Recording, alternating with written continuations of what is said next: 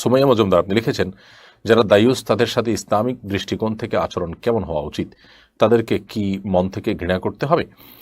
দায়ুস বলা হয় ওই পুরুষকে বা ওই মানুষকে যিনি তার পরিবারের সদস্যদের নানান অপকর্ম, বিশেষ করে জেনা, ব্যভিচার, পর্দাহীনতা, অশ্লীলতা, নোংরামো, এগুলোকে সমর্থন করেন, এগুলো দেখেও না দেখার ভান করেন, এগুলো দেখার পরও তিনি কোনো বিহিত চেষ্টা করেন না, ওই ব্যক্তিকে দায়ুস বলা হয়।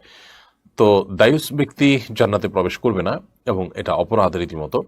অতএব একজন মুসলিম হিসাবে আমরা দায়ুস ব্যক্তিকে তার এই কৃতকর্ম থেকে নিবৃত রাখবার জন্য অসৎ কাজ থেকে বাধা প্রদান করার যা করণীয় সেই প্রক্রিয়া আমরা অবলম্বন করব এবং তাকে দাওয়াতের কাজের মাধ্যমে, অসৎ কাজের বাধা প্রদান করার মাধ্যমে তাকে আমরা নিবৃত রাখার চেষ্টা করবো। এটা আমাদের কর্তব্যের অংশ।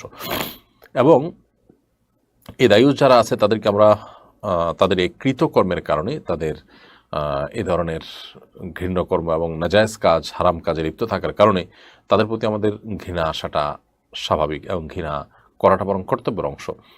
পাপকে ঘৃণা করো, পাপীকে নয়, এই কথা সিনেমা স্লোগান, এটি কোন হাদিসের বক্তব্য নয়। বরং পাপের পাশাপাশি যিনি পাপে লিপ্ত তার প্রতিও ঘৃণাবোধ থাকাটা আমাদের ঈমানের বরং দাবি।